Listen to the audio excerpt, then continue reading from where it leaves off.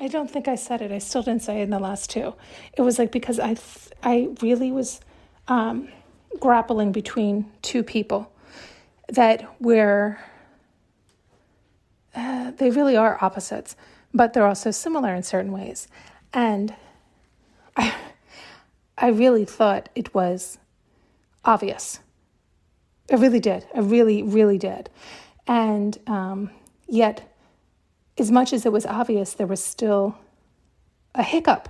There was still some snag. There was still some tug. There was still some uncertainty. And I was so worried that it was like, am I choosing this one because I think it's the good girl, right thing? I'll be happier. I want that peace. I want that calm.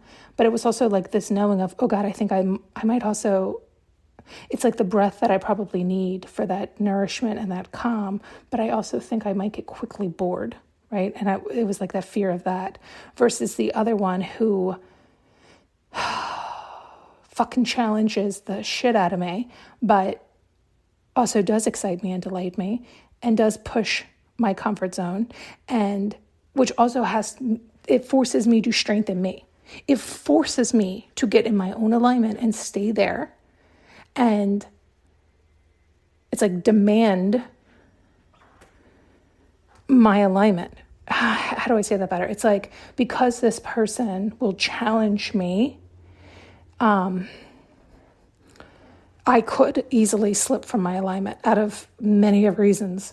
And it's almost like the ultimate challenge, right? And so do you want that ultimate challenge all the time? No. I don't know I could sustain it if it was constantly like that, right? And so it was almost like painting that bad then. Because there were times I had really slipped from my alignment with this person. They did push me past my past my limits. And passing my limits, again, it can be a good thing. We want to get out of our comfort zone, but to the point of where I was no longer honoring me, right? So I was no longer in alignment. It's one thing to stretch and grow. It's another thing to leave one's alignment for the other's approval or the other's satisfaction or the other's, do you hear what I'm saying? I hope so. And so then it was like, okay, that person's toxic, right? And it's like, no, right? It's never the other person. It's like, what's the lesson here? What is it you desire? Like, it's like, it really is asking yourself the right questions and seeing everything clearly for one's own sake and really knowing. And so it probably is like a combination of the two would probably be ideal for me. But I have to experience that to know that. I had to know that to know that. And to not just accept one or the other, right? Because then it's like just settling, oh, it's only A or B. Well, no, it's actually A through Z and then a plethora of others. But you have to love you, right? What's going to keep you, it's like alive and thriving, excited and delighted, right? And it's different for everybody. I still don't think I got it out. It's such a hard thing to say where it's like,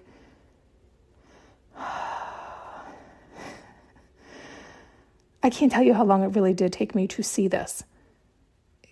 And it was like, it was unhinging all the hinges that you can't see. It's unhinging the invisible hinges where it's like, why is that good? Why is that right? Why is that bad? Why is that wrong? Why are we making it any which way? What are you telling yourself? What is it that what is it that you're denying yourself? Why are you denying yourself that? Why are you bringing, it's like shame or blame or guilt or worry, like why that or why the other? Like it's almost like some of the things that I was saying, well, that's good, that's comforting, that's reassuring, that's certain, that's all that. It was like, well, that's what you want. That's good. That's, but it was also this, it's like this heaviness inside, like, oh my God, you will be, it's like bored out of your mind. You'll drown out. You'll be weighed down with that amount of certainty. So again, I still don't think I'm verbalizing it because it's like, of course we all want that proper foundation and that proper, you need a certain amount. You do need a certain amount of certainty, of security, of assurance. And it's just understanding the balance for oneself, right? And again, for me, it was going to extremes. It was like I had zero certainty, and then I had an obscene amount of certainty. And I was like, I can't stand either of these. Why? What is it? And it was like seeing that. It was seeing, because you need this balance for you. You require this balance. And it was like I would keep shaving both ends. And it was like, oh my God. And one would think I'm like a thrillist. And it's like, I'm not at all. But I do require a tremendous amount of uncertainty for me to be happy. And because to me, that's growth and learning and expansion. And it's so refreshing, isn't it? Right? Because then you're not stuck and stagnant where you think, like a lot of people I think that's comforting or think that's desirable, but then they get it and they're like, oh my God, right? Like I'm suffocating. And so you have to, it is this idea to discover it on your own. And I still am not verbalizing what they want me to, because it was these two, probably because they were extreme in many ways and they were very similar in many ways.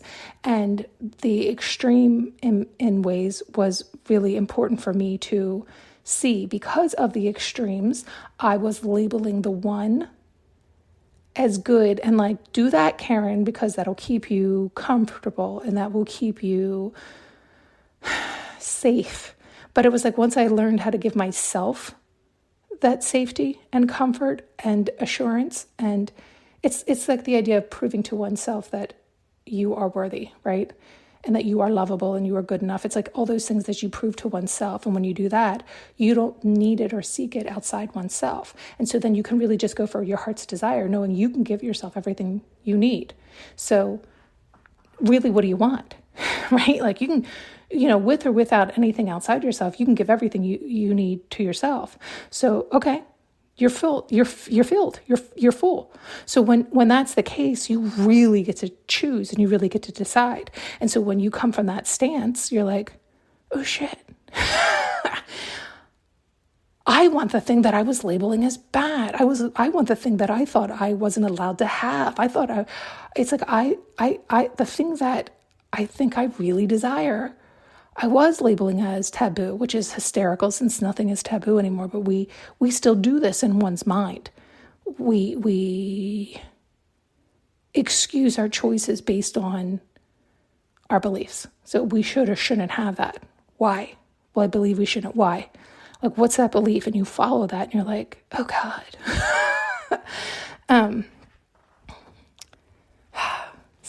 They're still saying like I still haven't like zoned in on it where it's this, maybe it is this backwards thing I was doing, which you hear me do often, where it was like I was reversing it or flipping it or flopping it, where it was like I was so certain the thing that I was supposed to, and not even for anybody else's sake, really. I mean, it's like literally got to the point where for me, because it's all that is here, that's all that it was. I thought for my own sake, for my own peace of mind, for my own comfort, it was still like, that was the choice. That was the, quote, better choice. It was certain. Even though it didn't excite me the same way. So it was like I was claiming the thing that excited me more as the bad, the taboo, because I also was claiming it as toxic. Why? Because it was forcing me to look at parts of me, shadows of me that I wasn't ready to see or were still triggering me. And so I was like, well, that's just toxic. That's just this or that. And don't get me wrong, there's always that fine line. You got to be careful. You have to know you have to be able to clean these things up. You have to, and yet it took me a really fucking long time to recognize this, because it was like folding into oneself. It was, it's like misalignment and mislabels and confusion and delusion and twisting and turning and trying to truly see through it. Like, am I doing this to get, or am I doing this because of this? Or am I doing this? Like, What the fuck is it? And then when you fill up completely from the inside out, you basically remove all your excuses, right? You remove all your limits and all your excuses. So it's like, well, now what's your story? What's your bullshit now? What's your bullshit now?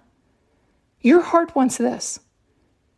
And you've eaten through all the bullshit, all the lies, all the confusion, all the delusion, all the strings. You filled up from the inside out. You required of nothing and to no one other than yourself.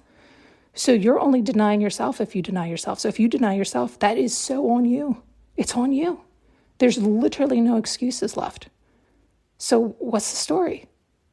And so when you can do that, it's very freeing and it's very scary, right? Because you're like, it's not scary as much as it's also like shocking. I think that's the better word. It's like shocking, like, holy shit. I've been denying myself this all along because I wasn't filling up from the inside out.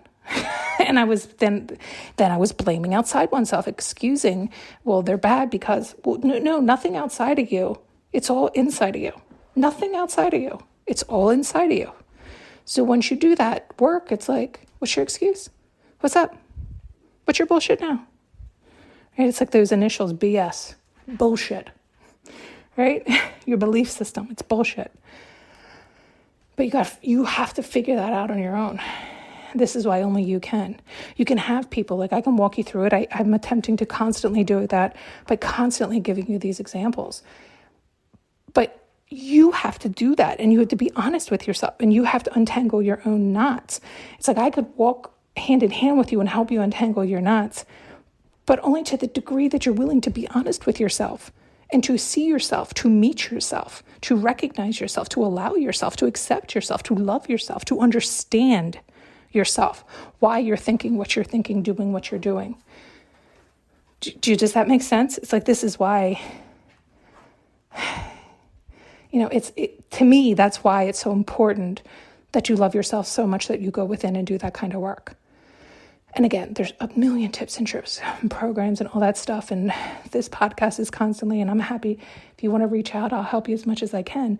But it's under that understanding. It's under that umbrella. It's under this true awareness that ultimately you're doing it. You have to do it if you really love yourself.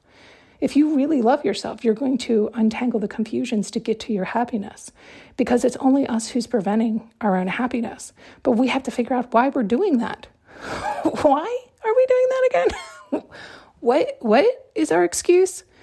Our excuse is our bullshit, our belief systems, our lies and ties, our strings, our hooks in old thinking, wiring, da. Okay, all right. Thanks so much for tuning in and listening. You can now purchase an audio journey with me using the link below.